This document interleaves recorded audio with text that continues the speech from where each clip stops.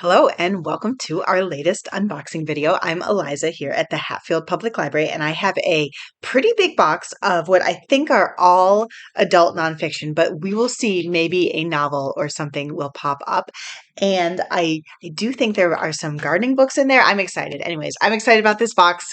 Hopefully you will be too. We're going to start with Life Worth Living, A Guide to What Matters Most. This actually has three authors.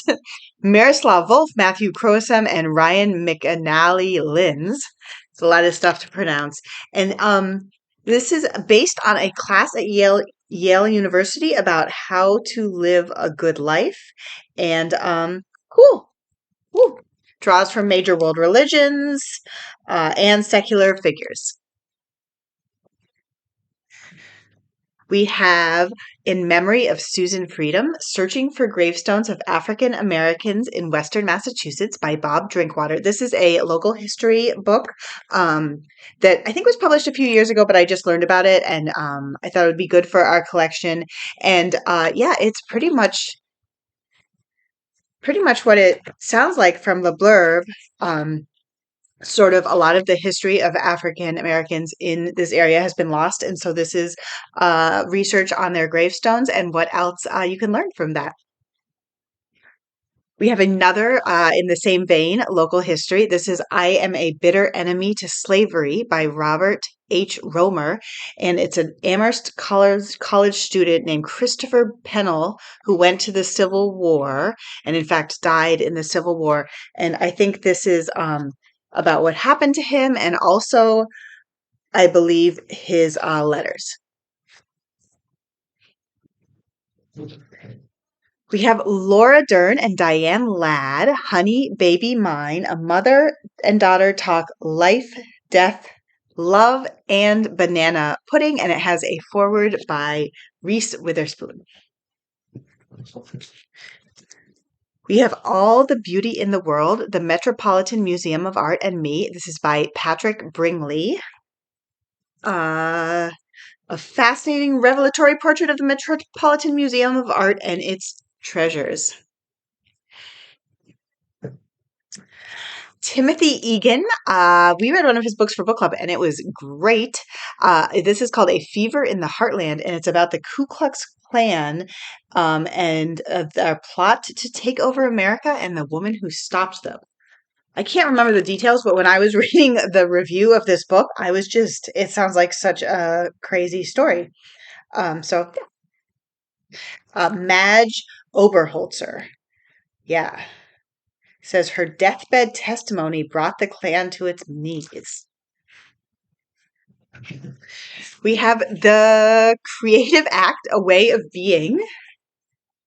So this is like a very different vibe than most books. It's got one of this fabric covers and it's got no book jacket and it's got almost no information about it. Like they're trying to be sneaky. So yeah, it's got 78 areas of thought, and I guess you just go through them and read about how to be creative. This is interesting because I know this is a popular book with lots of holds on it, and so it's by Rick Rubin. So people must be super. Either they know who he is, which is more than me, or they're just very intrigued by his 78 thoughts.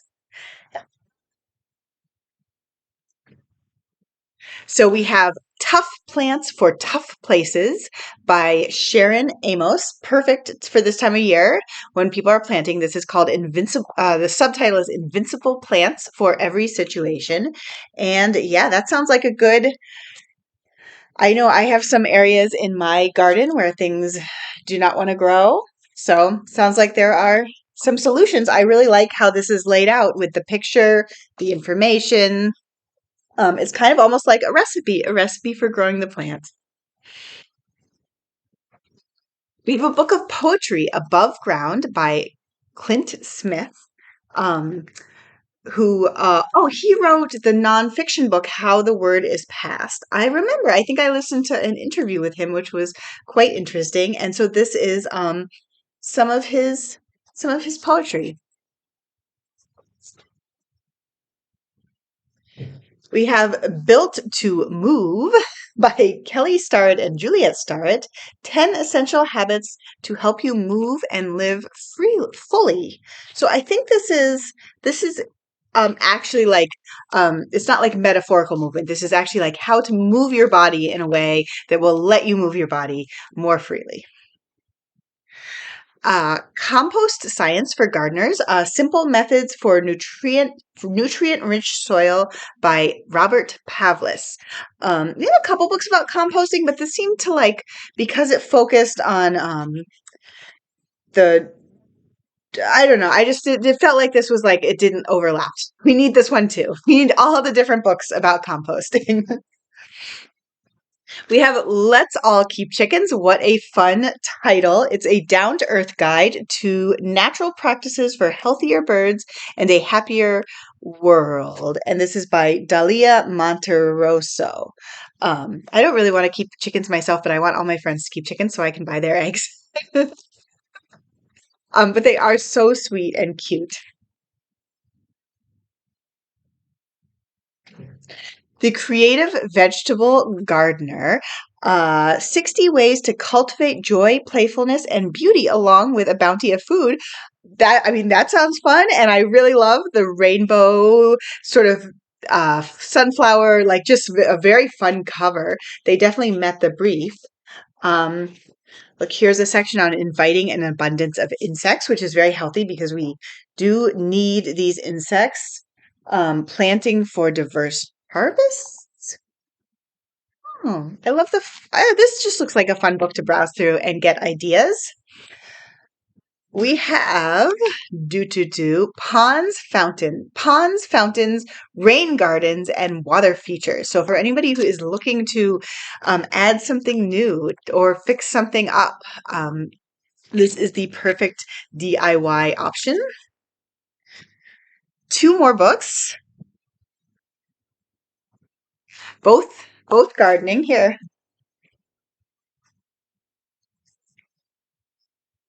We have At Home with Nature, a guide to sustainable natural landscaping by John Gidding, as seen on HGTV. I love this illustration here. Very nice, just I guess you might say production values on this book. Like the photos are great. The cover feels very sturdy. Uh, yeah, another good one to browse through and get ideas. I love these illustrations. Last, Field Guide to Outside Style. Design and Plant Your Perfect Outdoor Space by Ryan McEnaney. Another one that just has very like solid cover, nice photos. That looks very beautiful. I love that. Um, yeah, the perfect time of year to browse through these books and get some ideas and maybe start a new project. That was my whole box, but I am sure that I will be back soon with more.